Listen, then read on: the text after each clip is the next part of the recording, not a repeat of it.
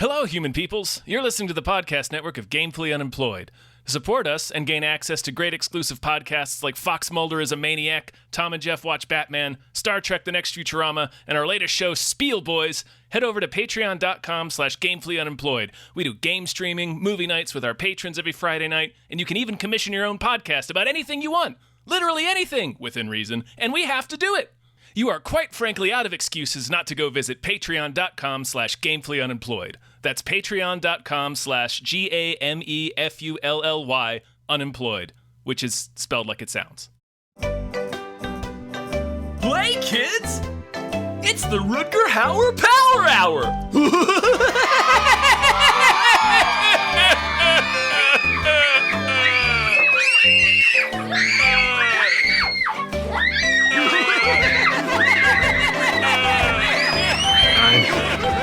Seen things you people wouldn't believe.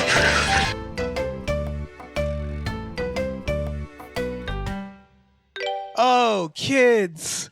Children's. All good things must come to an end. Including you. Yeah. One day. Yeah.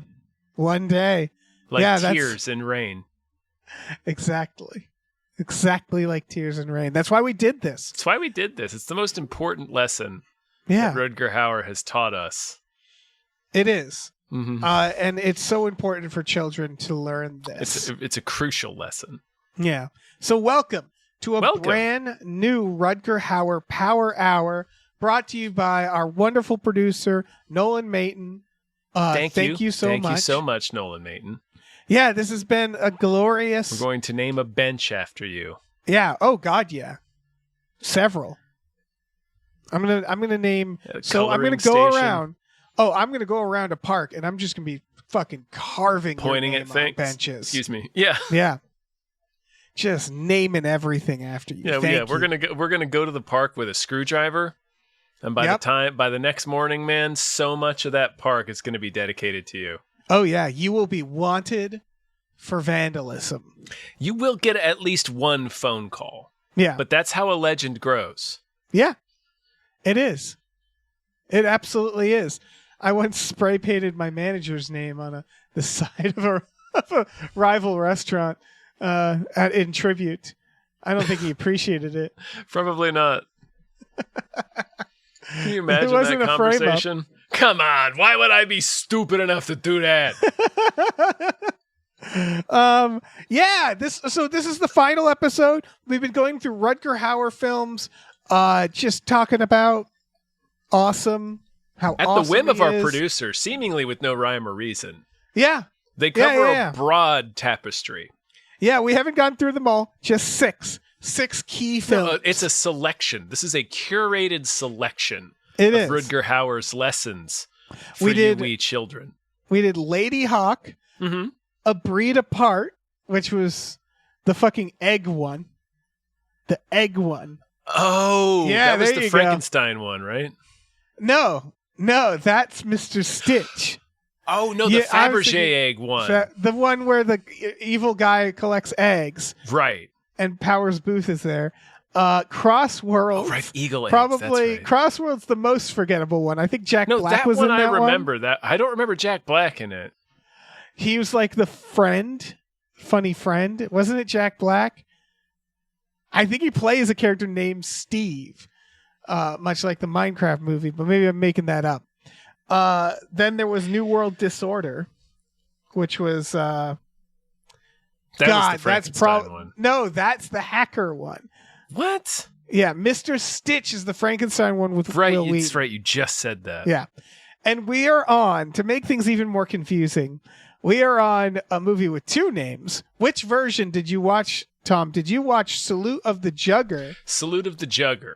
Okay, so you didn't watch The Blood of Heroes. No. Now, I looked this up. But that line is in the film. Yep, you watched the correct one. In that, you watched the longer cut that was what they intended it to be. The Blood of Heroes is the American cut that is 10 minutes shorter and like cuts out mostly just like the ending.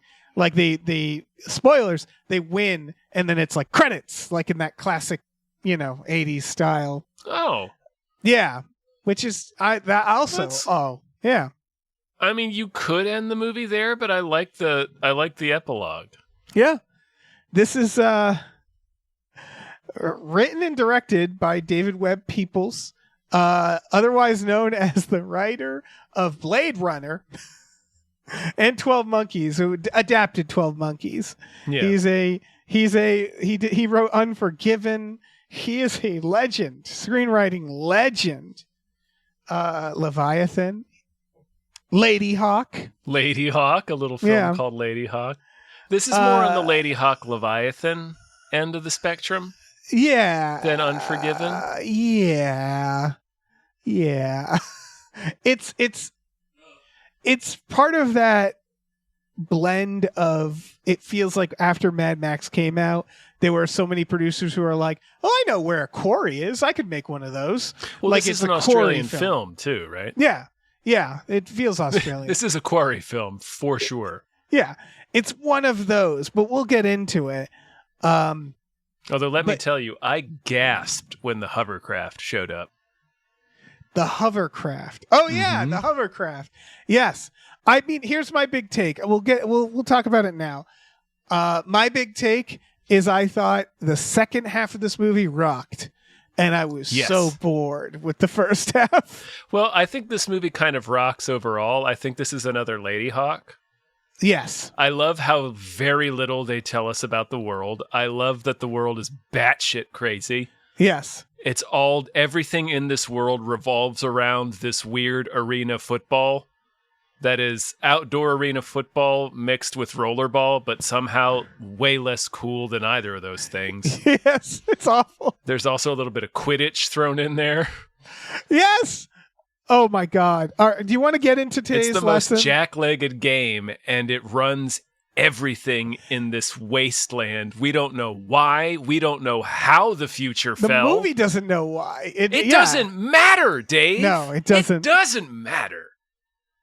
I think they should have. That's the greatest lesson I think that Rutger Hauer has to impart upon all of us and all of you, his little helpers, is that it just doesn't matter. No, it really doesn't. If it's cool enough, doesn't fucking matter. Nope. You're right.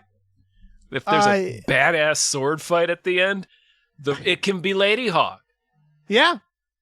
I just do think like the halfway point should have been the first act break.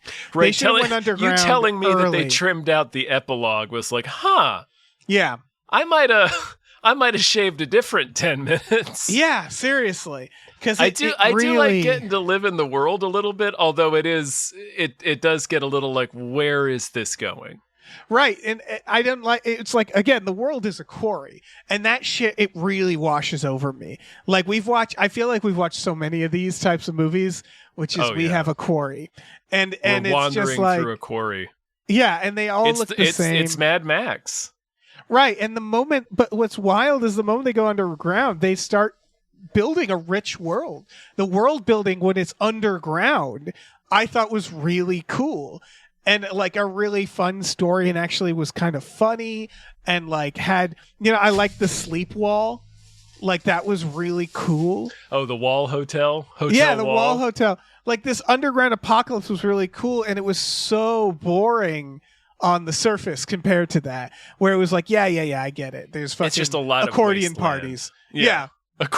Lots of accordion parties. Yeah, ska lots bands of boning Vincent D'Onofrio because... My God, Vincent Philip D'Onofrio. Because you're settling. Well, I mean, Vincent D'Onofrio is a handsome man. Yeah. It's just the cast we haven't even talked about, because this movie wastes their Delroy Lindo. I have written down in my notes, by minute 20, Delroy Lindo has spoken twice. Yeah. They didn't know. And then we go for another hour, I think, before he speaks again. Yeah. It was like, motherfucker, you have Delroy Lindo and Vincent D'Onofrio right now, and you don't even know it. You have no idea. They give D'Onofrio a bit more. Like he has a character arc where he's like, he's hungry. He's hungry like the wolf. He wants the glory of joining the league. He does. Because that's what this is about. This movie's about going pro. Yeah. It's a sports movie. Okay, Yeah. let's get into today's lesson, kids. Sports apocalypse. Once upon a time, people no longer remembered the golden age of the 20th century. They didn't remember the miraculous technology or the cruel wars that followed. What the They fuck didn't are you remember. talking? What is this? They didn't remember when Juggers first played the game or how it came to be played with a Godolic skull. What is this? That's the opening crawl. There is no opening crawl on my version. Where did you watch yours? YouTube. I watched it on Amazon. Let me double check. I feel like they just dropped my ass in there. Yeah. Like, This I is didn't the have opening any crawl prep. I got. And it worked completely fine. Well, if you notice, the opening crawl I just read doesn't really explain anything. No, not at all. It makes me more confused. Yeah, it basically begins with the opening crawl of the guy going, I don't know. I guess nobody really knows why we're playing this game. The dog game. skull. What What? Yeah. The skull game. Yeah. All right. I guess at the top of this, do you want to try to figure out? So people haven't seen this. It's a sports movie. It's a sports movie about a group of post-apocalyptic sports players who go on to the big game, the big league game. Right. Well, they're just sort of wandering through the wasteland, which is apparently a thing they do. Like AAA juggers just wander from town to town, forcing the settlements to put together a team that they can play, and they usually beat the fucking shit out of them. Right. It's like, and then they all celebrate. They have a party. Oh wait, with they the do have townspeople. this. They do have this opening text. I missed this opening text. It's three it explains sentences. a lot. Didn't hurt at all. Yeah. Actually, No, it I think doesn't I was say better. anything. I think I was better off having not seen that. Yeah. So so the first half of this is just Rutger Hauer. Basically, it's again. There's a plucky young newcomer who joins the team. Joan Chen. Yes, who plays I think Kidda. Kidda. You know, to show that she's a kid. And It's then Kidda, Sallow, Gore. Yep. don't remember what- Dog Man or Dog Boy. Dog Boy is Dog Boy gets they have She to replaces him. swap him out. Yeah. She subs in for Dog Boy. So the first half of this is them going like to dusty, rocky quarry towns and playing, and they pick her up. It's just wrecking. Yes. These people don't have teams. Like it would be like if a AAA baseball team just came from town to town and bullied everybody until you put together a team to play them. Yeah. And It's then like they a just Wild conquer West them. gang. Yes. And they're like, they keep talking about like, we're doing good for ourselves. But and stuff. entirely sports motivated. But then again, once they win, they're like, okay, and now feed us and let's have sex and have a party and shit. Like it's like this town celebrates. That was my biggest question about the lesson today, kids, was hard to tell exactly how people feel about the Juggers. Are they excited about the Juggers? Are they like, oh shit, it's the Juggers again? Well, Kidda wants to be one. So Kidda wants the so idea, badly to be one that she ruins a few lives. Yes. The idea of the Juggers, I think, is that what we learn is that they're treated gladiators. really well. Yeah, they're gladiators. They're treated really well by the posh high society that we later Which meet. is the underground coliseum. We get it, David Webb Peoples. Right, and Kidda is basically, it's about someone, it's really about her, not Rutger Hauer, where it's like you can see that she like the first thing she focuses on is the touch of silk. And it's like she just wants a good thing in her life, basically, and she's willing to hurt people to get it. She's an opportunist. She's I want to get I want to get into the fancy fucking Yeah, club. I want to be part of it's kids, you gotta try to put yourself in the shoes of somebody who's living at the very edge of the wastelands in an apocalypse like this. So like very little news is gonna make it to you. Very little history is gonna make it to you. So all she knows outside of like life in the dirt village is like a couple of words about the Red City and the League. Like the Juggers come through like monsters and beat the Christ out of everybody and take all of their rad food and drink and then go back to the Red City. So like all she hears are kind of like these little snippets of rumors. So yeah, I would break every single leg Yeah. to see any of that. It's a please little Pearl. let me see anything but sand. Yeah, she's kind of Pearl, where it's like it's a similar idea. Yeah, you're right. Of like Yeah. small town with big city dreams, and then it's like I'm going to stop at nothing. And then Rutger Hauer is like a lethally retired small town. Yes.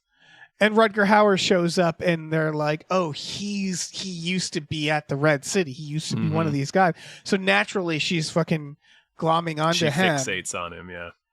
And then she fixates on a usurping dog boy. She's the one that is really pointing out that he's weak and can't do it anymore. And then he eventually begrudgingly admits that he's weak, so they leave him in the desert like a dog. He's like, I'll be fine, guys. I'll be fine. And it's I'll like, catch you are up. going to be a bleached skeleton, dog boy. Oh, yeah.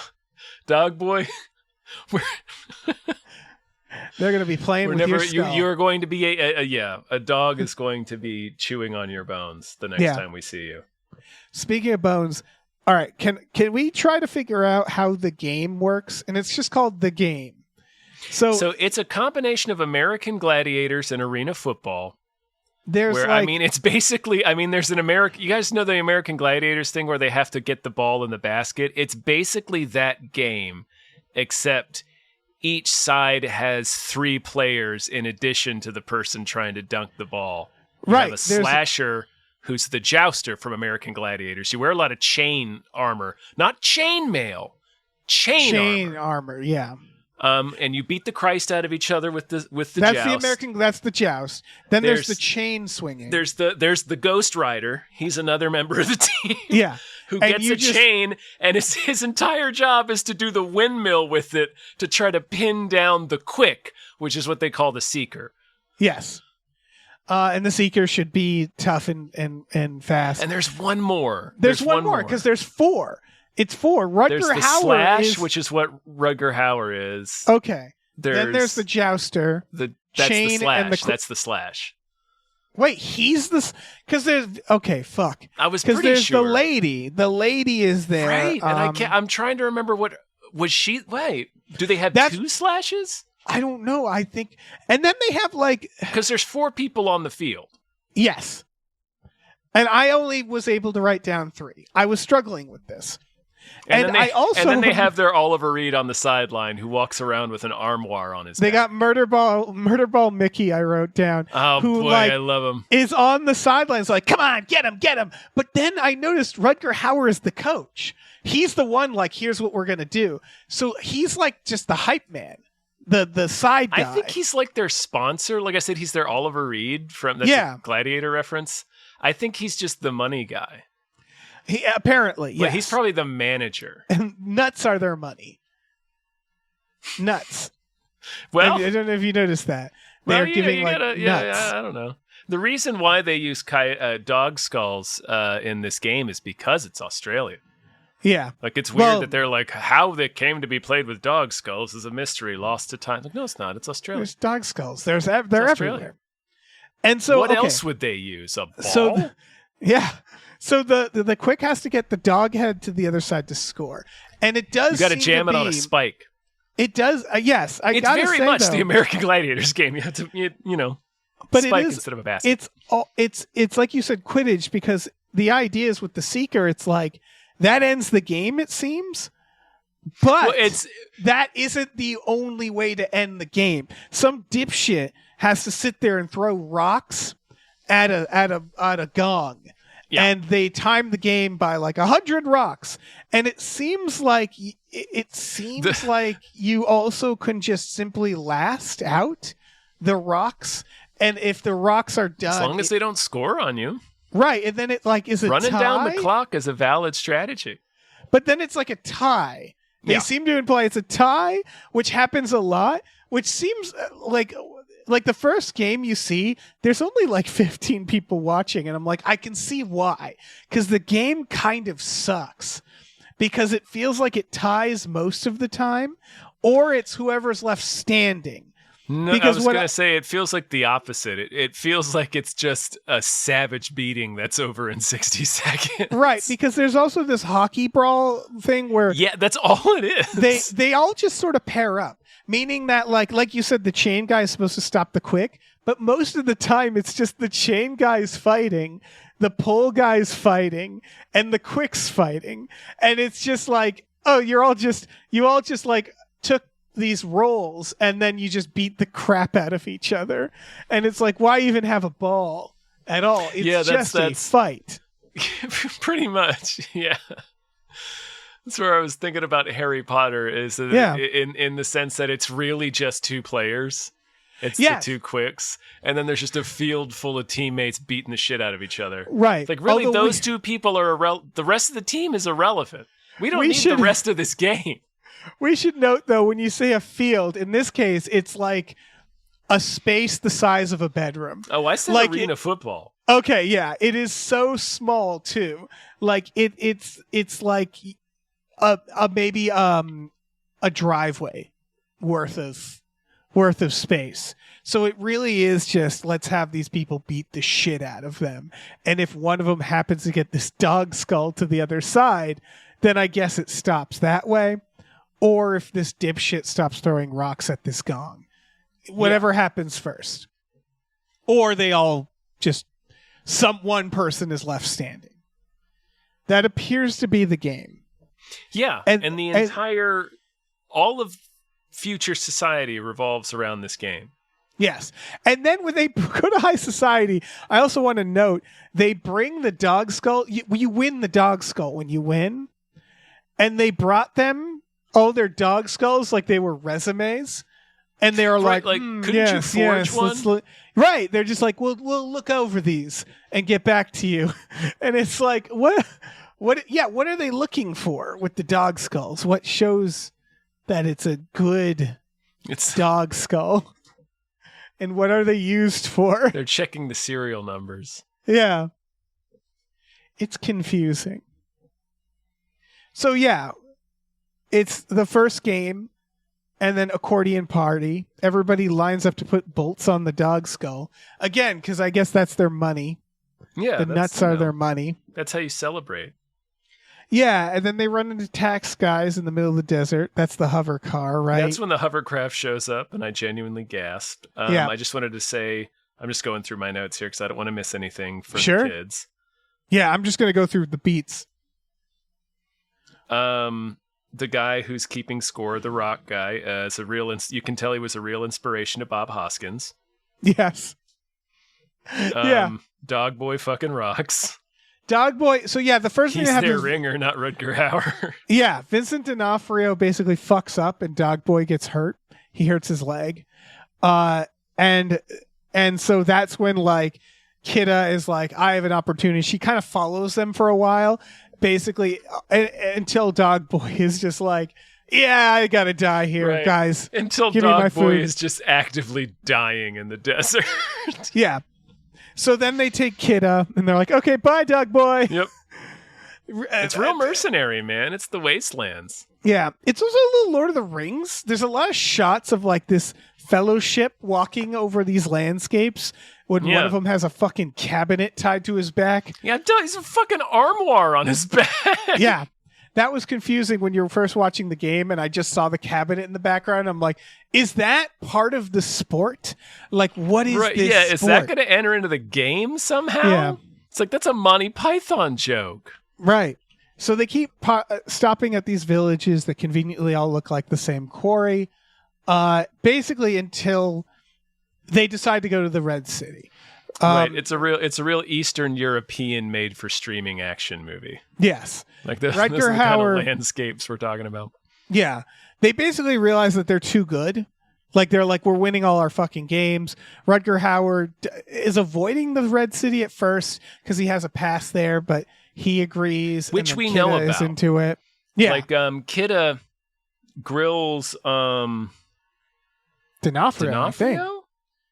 Somebody tells her about what's his nuts pass. Oh no, it's the Jabronius, the guy with the armor on his back, I think. Right, yeah. But basically, his character name is Gandhi, and he's played by an actor named Gandhi. Excuse me. You're excused. That's right. I couldn't tell if they were just being racist. No, the actor's real name is Gandhi, and he is still acting. He has outlived Rutger Hauer. Holy cow! Wow. Yeah. He's old in this. Yeah. Not old, but he's probably 50 in this. Yeah. I don't know why he's still going, but he is. I mean, you got the spark. Took care man. of himself. He's got the bug, the acting bug. Right. So yeah, we learned that like he boinked the wrong broad. Basically, she was high society, and Juggers aren't supposed to mingle with high society. And he was too public with their relationship. Right. They never say who, but we'll get to her. There's a lady where I'm like, I bet it's her. Oh, the blood freak? Yeah. But yeah, so he returns back. They have a really cool scene. This is where I was like, oh my God, this movie's good. They get in the elevator. Yeah, what were you gonna say? I was just saying this. The amount of times I get whiplash watching this movie, and that's one of them. When it starts getting like, is this good? Like, right. What's happening? They get in an elevator. I just real quick. Because it alternates between Game of Thrones and hovercraft so often. Yes, like abruptly. It's not bad. This is the guy who wrote Blade Runner. He knows how to build a world because he doesn't dwell on it much. Right. They get that's to like the key thing. Anyway. Yeah. Sorry. No, they're like, let's go to the Red City, and they get to this elevator that's like crowded, but it just looks like a shack in the desert, and you're like, what the fuck is this? And they get in, and it's this shitty elevator that goes down for so long that they have to do like a time jump where they're like lying down and they're like, in the elevator, and that was really cool idea. And they're passing like levels of the inner works where I think you can see other people in there working. Yeah, and this is where it gets actually interesting because it's like this Demolition Man sewer world, like this honeycomb city. Yeah, they're selling fucking soup and shit. There's like vendors, it's a little bit like and an underground Snowpiercer. Yeah. The hotel wall. Yeah, there's a wall where they do this like wonder shot where they climb up this ladder upon ladder upon ladder to get in this cot that's basically like this is the equivalent of a hotel room, which is like this small little hanging cot. Yeah. Cots and hammocks nailed to the side of a wall. There's a dead guy in one of them. Just don't worry about the dead guy. This was legitimate world building where I was like, I could play a video game here. It's kind of cyberpunky in this very weird much, way. Yeah. Like where you it's said, just Blade like Runner.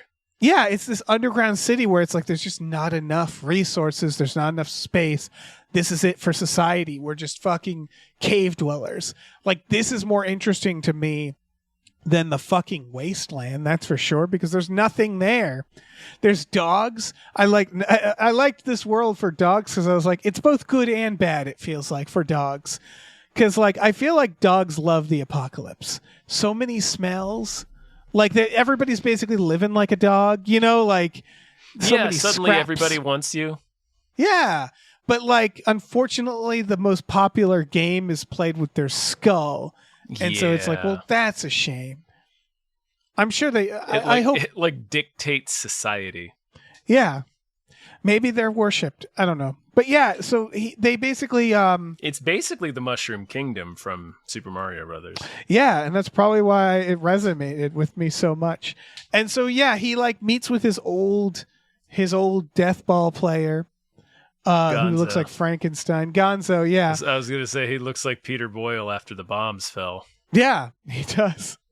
And then he's sort of like there's a respect there. And then we meet the foppish rich people who are like, oh, you better kill him. There's some straight up Hunger Games people show up in this. That was another moment where I had whiplash. Yeah. I was like, we got these freaks in here too? Yeah. We got blood freaks? And I was ready for some shit to go down. And what goes down is just a single game. And that's why I was like, oh, this should have been the first game of the movie. Like they should have gotten down there 15 minutes in because I was like, I love this. Like, why is there only one game? I thought there was going to be like a tournament or something. It's weird how low stakes it ends up being. Yeah, they basically just play a game. Yeah, they play a game. Kidda and Delroy Lindo get to join the league. Oh, and D'Onofrio. They all get to join the league. And Rutger Hauer wanders back out into he rediscovers his purpose, which is to train fledglings in the wastes like he was and like Kidda was to like to go ferry him. challenge the Red City and get noticed by the league.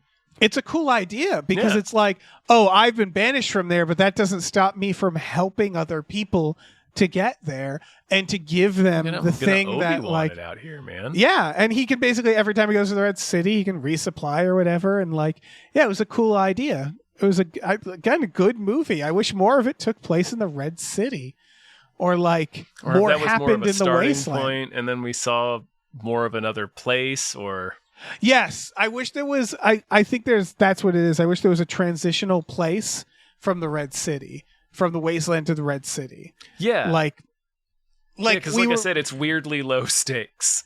Right. It's like a sports movie, right? Or like a weird comparison is like a video game.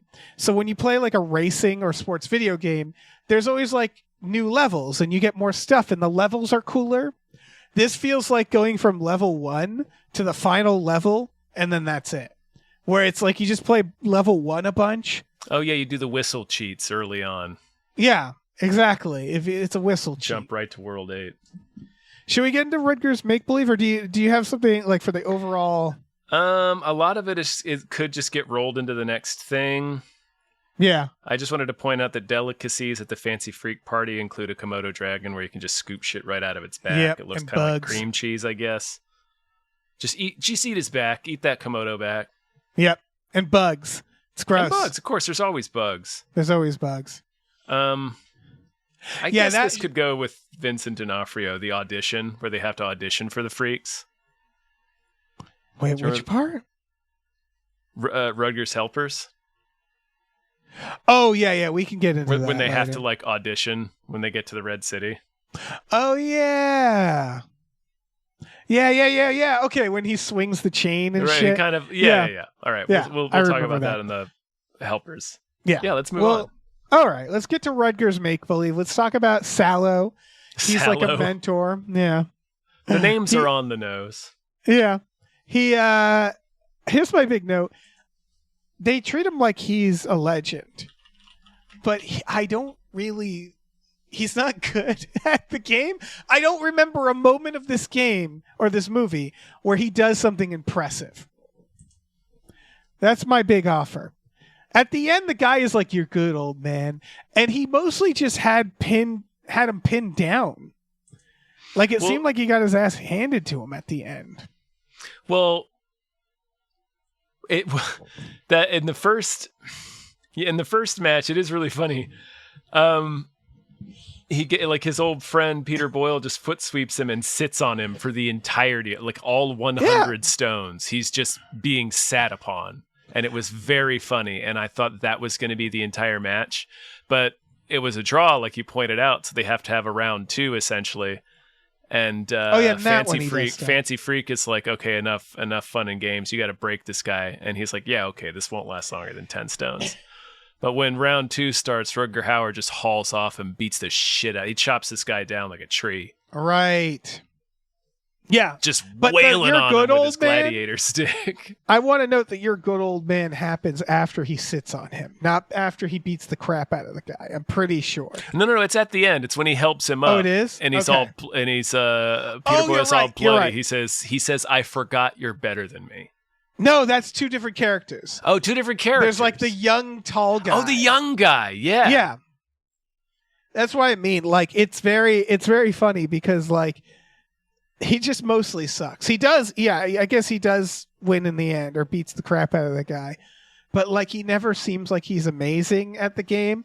I think like he's his just character. over the hill a little bit. So he's got part of what he has to do is accept that he needs to train the next generation. Yeah, that's true. So I think that's part of it. But it is also very funny to hear whispers of his badassery and then, no shit, the entire first match when they finally get to the Red City, he's just this big dude is just this very round, large man is just sitting on him for all 100 stone throws. Yeah. Just kind of giving him commentary about the match. Yeah. It's like, don't worry, it'll be over. It'll be over soon. I do really like where he's at in age wise and the Rutger Hauerness. So like, oh yeah, this is a great era for Rutger Hauer. well, it feels like he actually believes in what he's doing. So like, that's the big thing. Because watching like New World Disorder, oh gosh, there's yeah, there's like a vibe there where he's trying to kind of play a, like it's a washed up attitude. It's a Harrison Ford character, right? Where it's like kind of a schmuck, a rogue schmuck that women are kind of like disgusted by, but a little charmed by, right? And I think like in New World Disorder, it feels more of a like a Mitchell role, like a Joe Don Baker situation, where you're like, you seem like you more are thinking about like a sandwich you want to eat than anything else. And like and it's not him, it's the movie where it's like he wasn't paid enough to care enough to really like form a character, to really like bring his A game. This movie, it feels like we're getting like kind of that prime era of Rutger Hauer where it's like, yeah, he's supposed to be a little over the hill, but not that old, and right. Still kind of like, yeah, he's kind of an attractive man. He's kind of a sexy guy. He's kind of a roguish. But I white knuckled it where he sleeps in the bed with Kidda, and I'm like, yeah. let's not. And they don't, because he's a mentor. Like he's still a mentor. You know what I mean? Yeah, but what choice do you have in the apocalypse? It's true. Yeah. They want to get eaten by dogs, then they may use your skull. Yeah. That's what the dogs do. That's why we use dog skulls, because they use human skulls in their games. Right. Right. The It's dog only fair. Yeah, they have a city. It's only fair. They have their own. But you know what I mean? Where it's like there's some stages of Rutger Hauer. There's like the wiry fucking Blade Runner Rutger Hauer. Yeah. Who's like a little fucking, who looks like an Aryan Roy Superman. Yeah. Yeah. And then there's Blind Fury. Yes. Then there's like older, like Blind Fury. He's not that old, is he? Well, but he's the same. He's right around this age. This was around the same time. So he's middle-aged and too old to be super badass. He's still badass, but too old to be the super badass anymore. But in Blind Fury, he has more of a sense of humor about it. This one, because this movie's not a comedy, he's more of a serious character about it. He feels a little more, you can tell he feels a little bit more defeated by it. Right, but there is still that moment, and it's the moment where he looks at the really tall guy, and they go face to face, and he makes this face. A bitch. Yeah, and that's a very Rutger Hauer moment. That like, oh, I'm looking up and smirking at this tall guy who could kick my ass. Blows him a kiss, doesn't he? Right, where it's like I'm a little drunk and nihilistic. I don't give a shit. That's true. Yeah, there is some of like when he walks in on D'Onofrio and Kidda boning. Yeah, and he just starts like, ribbing him, and they just like are ribbing him back. It's right, like it's such a sports movie. I was gonna say, I was like, oh yeah, they're all kind of in the locker room. They're all together. Just like on the same team, yeah. So it's just like you just caught some guys gooning. Yeah, and I like that he was the thing he has to say. He's just like, not a good idea to fuck after a game. It's just rubbing wounds against wounds. Rubbing wounds together. Yeah, and it was like but he's like cool. He's like a little rumbling, bumbling, stumbling too. Like right, he's leaning into his drunkenness. They did good with that, where it's like he's not creepy, but like again, where it's like, yeah, he's fucked around, he's done it all. But then when it comes down to him and Kiddo, it doesn't feel like they're gonna fuck ultimately, which is again, I was like, oh, good, that's good. Yeah, and there's something I wanted to say about the drunk part. I think it has value for his character that it doesn't normally. Like I feel like normally you get a drunk scene just because it's fun, right? And it's fun here. Obviously, but it's also, this is the first time we get not the first time we get any warmth, because when they have he randomly stops them in the desert to do some hardcore training with Kidda and basically just has D'Onofrio whip the shit out of her. Right. And he does too a little bit, but like he's getting in there like gently starting to Obi-Wan it. He's like, you need to do this and you need to do this. So we already kind of got the sense that he's like, okay, he's a little warmer than he's putting on. Right. But like, here when he's drunk and comes into the tent and starts ribbing them, he's just fully dad. Yes. Like he's in like dad mentor mode. Yeah. Where he caught the kids looking at porn or something. Yeah, exactly. And they don't like, that's fun. It's like, yeah. So then that's the kind of, we get a good glimpse of who he actually is, or actually what his journey is going to be, I guess. Yes. If that makes sense. Yeah. He's not as hard as he appears. Exactly. He's kind of like, all right. So that was the whole thing. Like his first line, I think, is we're playing like old women, and it's 10 minutes in. He's not talking 10 minutes in. And then he says, I'm going to rip your tits off, bitch, to the person that he's later going to be the mentor of. And it's supposed to be just like, we're in the game. We're in the game. He's trash talking. Oh yeah. And when they come to town, when they come to Kidda's village in the beginning, it's like when fucking Tulsa Doom comes in the beginning of Conan. Like that's how they treat it. And then we get like when Dog Boy's like, I can't walk. At first he's like, we'll carry you. Like he's not like Delroy Lindo is like, we're gonna build a sled so we can drag him, and Dog Boy's like, nah. No. Yeah, Dog Boy basically has to be like, guys, let's cut the shit here. Yeah, let's cut the shit. And so the point Stop being telling that me like, you're taking me to a farm. Right. He's Rutger Hauer's hardened by the apocalypse, but like it is about sort of learning that's like, oh, he's just kind of this wounded. It's his arc of like, in the beginning, he's like putting up this wall, and at the end, he just lets down the wall. Essentially, he's like, you know what, I am a mentor. I am going to do this. I can let this go. It's all to say that I think this is prime middle stage in the Pokemon evolution of Rutger Hauer. Yeah, this is solid. This is solid Pikachu. Yeah, Rutger Hauer. and end stage is of course what, Hobo with a shotgun, like that's yes, and the I can't remember what the third stage Pikachu is, but that is it. Raichu. Anyhow, it's Hobo with a shotgun. Chew. Yeah, where he went to straight, I'm just going to be a sociopath. Yeah, I'm just going to be a grizzled weird maniac. Old, yeah. I'm going to do Roddy Piper roles. Yeah, exactly. That's your you get a couple of Rutger Hauers in there. You get a Harrison Ford. You get you get a Roddy Piper, you get a late stage Roddy Piper. And who was Roy Batty? What's a Roy Batty? That's like a deranged kind of freight, well, not deranged, kind of a freight train maniac villain, but also a villain full of poignant angst, Dave, because all he wants to do is live. Yeah. Like, anyway, those are the three Rutgers. Those are definitely the three Rutgers, and we've figured that out. Yeah. It's weird because Lady Hawk doesn't really play into that. Lady Hawk's a Harrison Ford. You're right. He's more toward the middle-aged. That's kind of that's kind of where I feel he's at. Right, because Lady Hawk has a youngin in it. Right, it's got the Broderick. Yeah.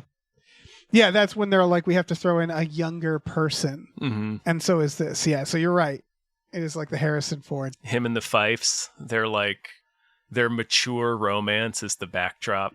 Like, that's the lore of Lady Hawk, was their doomed relationship that saw them both transformed into manimals, Dave. It's interesting. Yeah, they do get, that is something that happens. Oh, Lady Hawk.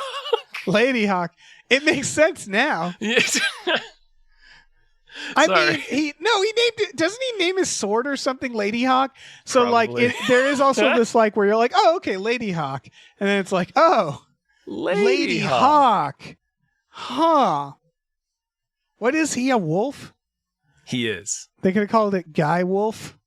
It's anyway. It's not as good. That's all I got for this Rutger. Yeah, so we could Rutgers, man. All right, let's look for the helpers. Oh boy, so many helpers. Gore, that's Vincent D'Onofrio. Vincent D'Onofrio swinging a chain is a gift. That image of Vincent D'Onofrio swinging a chain around, He's I was so like, oh good my at God. it. And what I wanted to talk about earlier is when they get to the Red City, they have to audition for the Freaka Leagues to show that they're a real team and not just a bunch of jabronis trying to groove their way inside.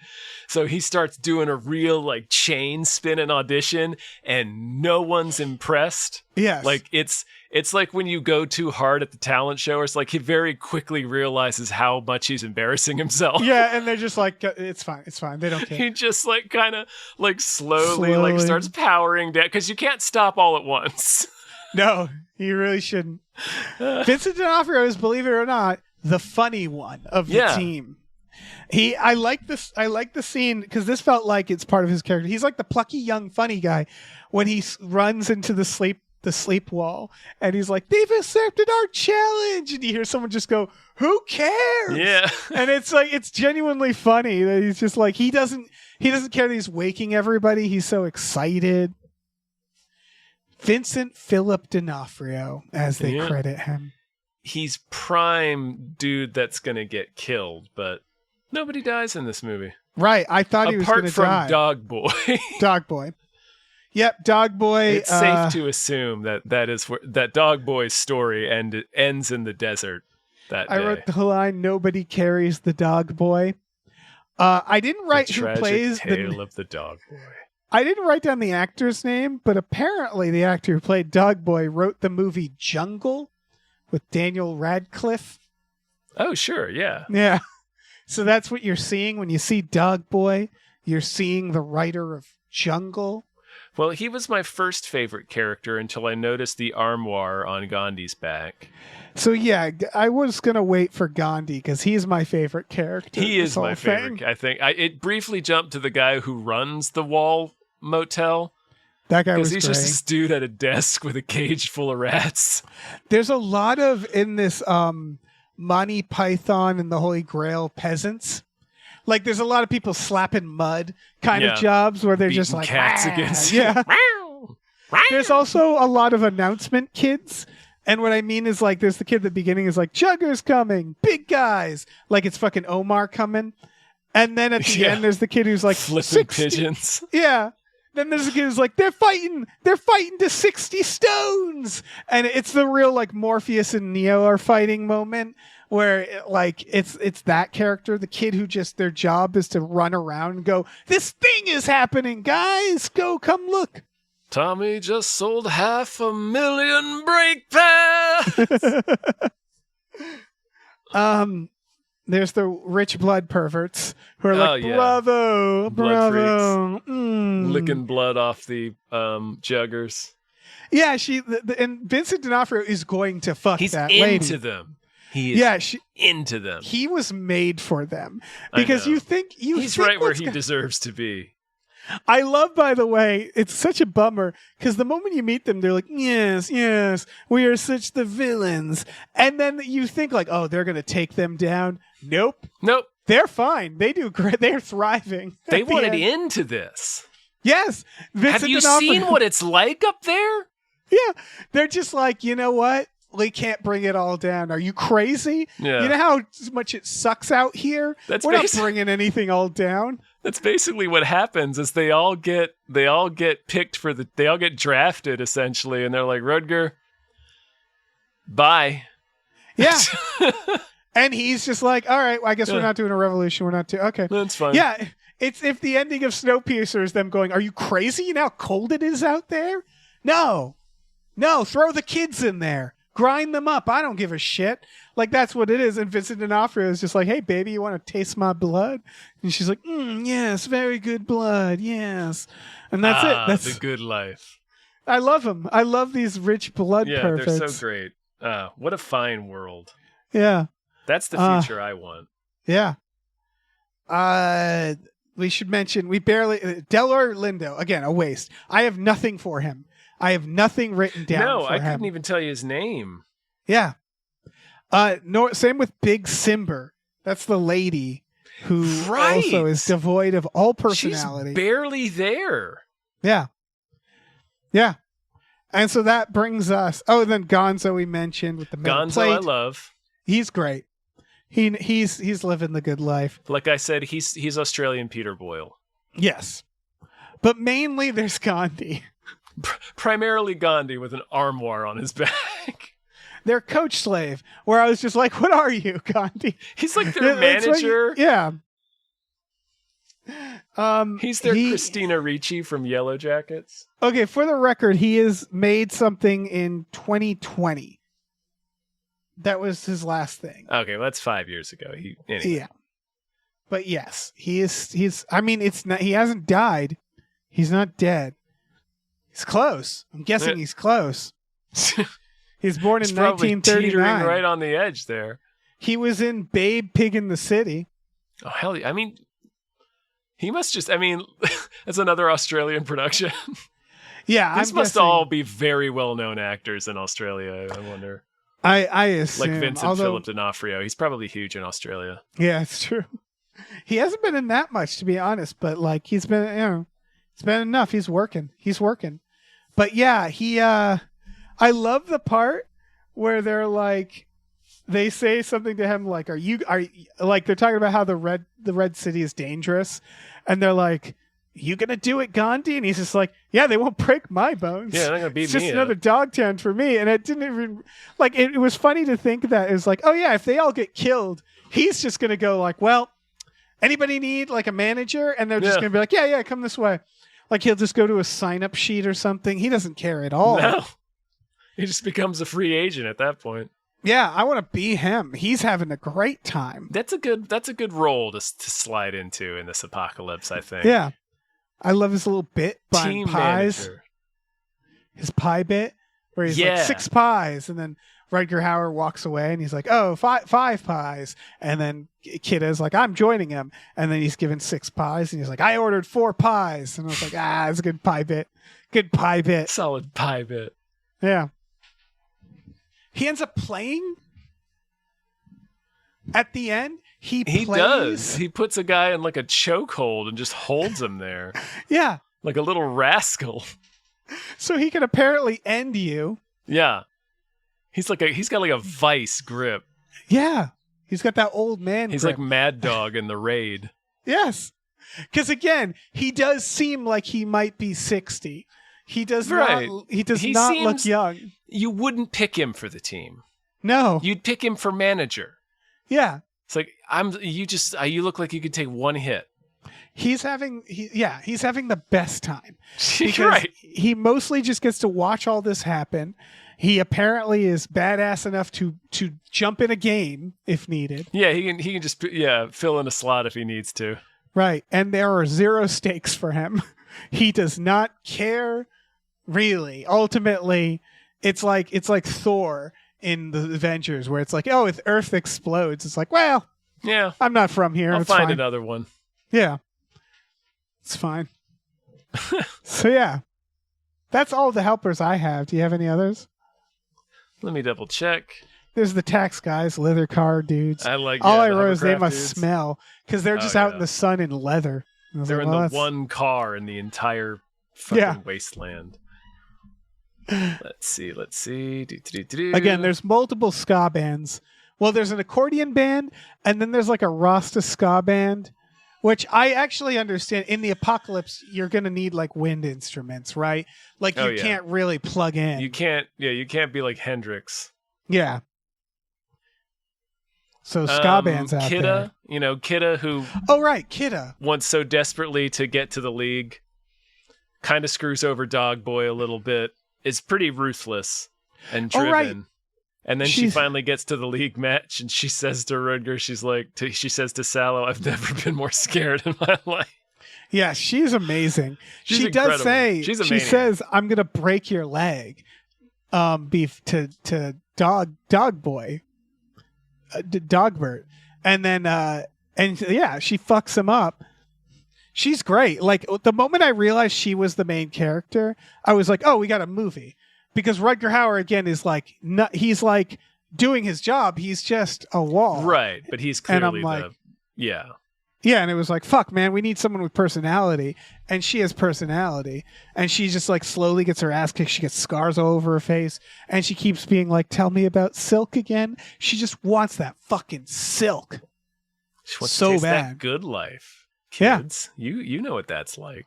Yeah, and I wrote that she gasses up Rutger Hauer to be like, let's do it. Let's go there. Let's go. And then the moment they're there, she's like, is this a good idea? I'm not sure this is a good idea. Right, yeah. Like she causes a rift in his group, like Delroy and the lady almost leave. Yeah, and it's like, motherfucker. Like now you're not sure? What? All right, that's all I have. Yeah, Kidda, great. Yeah, Joan Chen. What else was she in? Twin Peaks. Yep. Other things, but that's the thing that immediately pops to mind. Right. Well, that brings us to the final question. What did we learn? What's the lesson for today? Try really hard to get on American Gladiators and or an arena football team. One very often leads into the other, so it shouldn't be that hard once you break through that initial barrier. That's true. But definitely that you're going to want to do that, and you're going to want to find a water source and just park your gladiator, your jousting arena right there and just defend it jealously. Yeah, with get your ahead of gladiator it. Skills. Get ahead a of it chain now. guy, get a ghost rider. Yeah. Yeah, get ready so nobody now. can run in and steal anything. Yeah. I wrote that my big lesson was that sports could and maybe should be more violent. I was like, oh. You definitely could have this more is chains sports. in them. Yeah. God damn. I would watch football if they had chains. Yeah, it's a great lesson. Yeah. Yeah, I learned a lot here. Mm-hmm. And like, I don't know. What did we learn about Rutger Hauer in general? We're at the end here. We've watched everything. Well, I think we were talking about it just a minute ago. There's like 3 distinct eras of Rutger where he's really cooking. Yeah.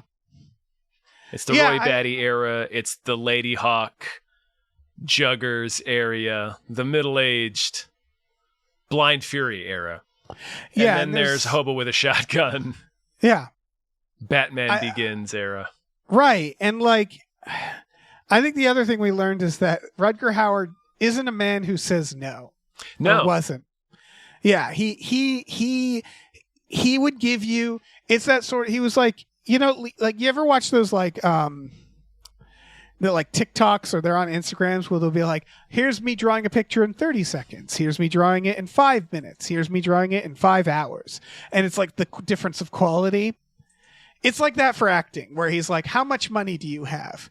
$100? Oh yeah, I'll give you something for $100. Yeah. It'll be like 5 minutes of my time. It'll be $100 of acting. Yeah, I'll give you that. Yeah. Oh, yeah. Okay, you have 50,000. Okay, I'll give you something for 50,000. 100,000. Oh yeah, I'll definitely give you some. Like it's that where it's like he was a master of his craft.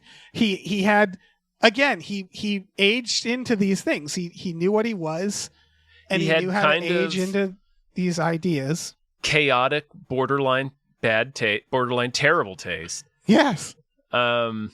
He made Blade Runner completely by accident. Yes. Yes. I do get that feeling where when he watched Blade Runner, he was like, oh, this is like good. Yeah. That's a shame. Like, damn it. Yeah. I broke the prophecy. Yeah, exactly. Now I won't win that Oscar. Is it really just the one movie? Kind of. Like It's he's like been Rutger Hauer movies. Well, fuck, Blade Runner. Okay, what's the next one? Blind Fury? That's it. You're right. Because like you could say like, oh yeah, like Batman Begins, but it's like he's not like That's not featured. Yeah, he's kind of a slimy dude that's in 4 scenes. Yeah, exactly. Apparently he's in Valerian, which makes sense. I don't remember him in Valerian. I've seen that movie. He was a president of the planets or something.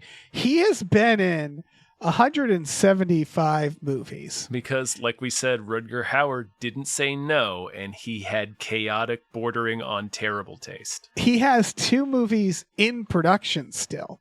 Sure. He's dead. That's how committed he is. Yeah.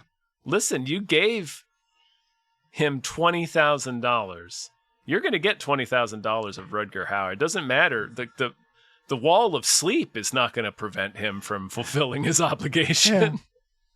He feels like the type of actor where if you asked him, if you did a seance and you said, Rutger Hauer, name a movie you've been in, he wouldn't be able to answer. He'd haunt you forever. It's the wrong question. Right. And then if you extended and said, Rutger Hauer, name a movie, he also wouldn't be able to answer. Mm-hmm. I don't think he watched movies. He didn't just he gave me the vibe of a craftsman who was good at his craft, but again, he knew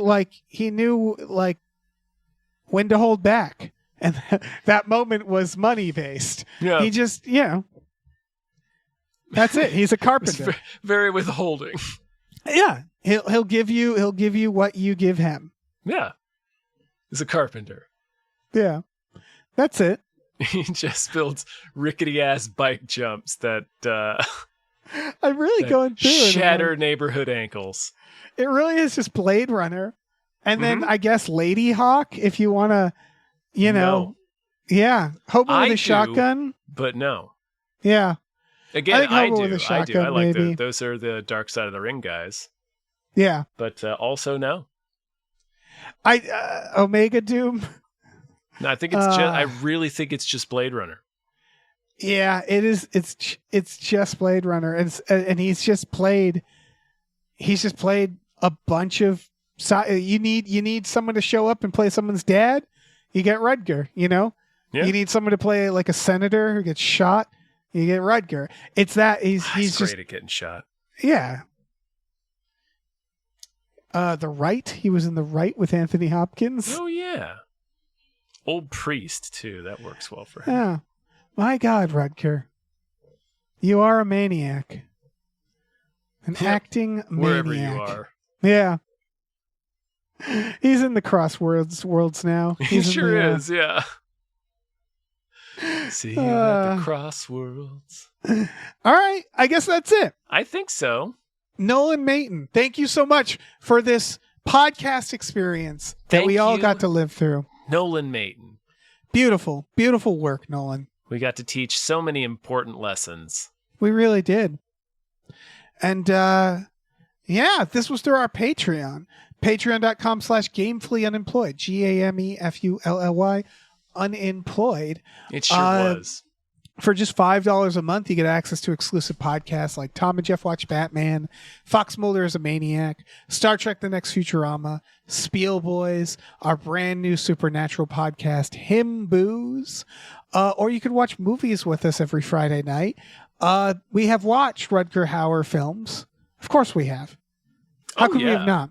Oh, 100%. Blind Fury? Oh, Yeah. God, yeah. We've done a blind Fury. We'll watch it again. That's the only film, Tom, where someone puts a thumb in their mouth. So technically, There's a thumb in the mouth in that one. technically, I mean, you get eaten by a giant. No, But we Blind called out Fury? some. We called Oh, out yeah. some movies where people get swallowed by gianter things. Yeah, and that that's doesn't count. technically a thumb in the mouth. We also have a store. Head over to GamefullyUnemployed.com where you can find a link to our Teespring store, where we have all kinds of cool original artwork by cool original artists like Michael Vincent Bramley, Starlene Hodge, Justin Brown, and others. So check that out. Please rate and Yes. review this podcast wherever you happen to be listening to it. Reviews help us out, even if you don't like it. Check out our new show, Badical, BADICAL, wherever you're listening to this. And again, get started on the Arena Football American Gladiators training. Yeah, start collecting dog skulls now. Mm-hmm. Responsibly. Yeah. Responsibly collect dog skulls. Go to pet cemeteries, Yep. dig them up. That's all. Only the ones with authentic runes etched into them. Oh, yeah. Yeah, you don't want to. You don't want knock ones off. with the runes scraped off. No, you don't want that. That skull's got Yeah, bodies I on don't it. want that. Yeah. All right. All right. Later, Gator. Bye. All those moments will be lost in time.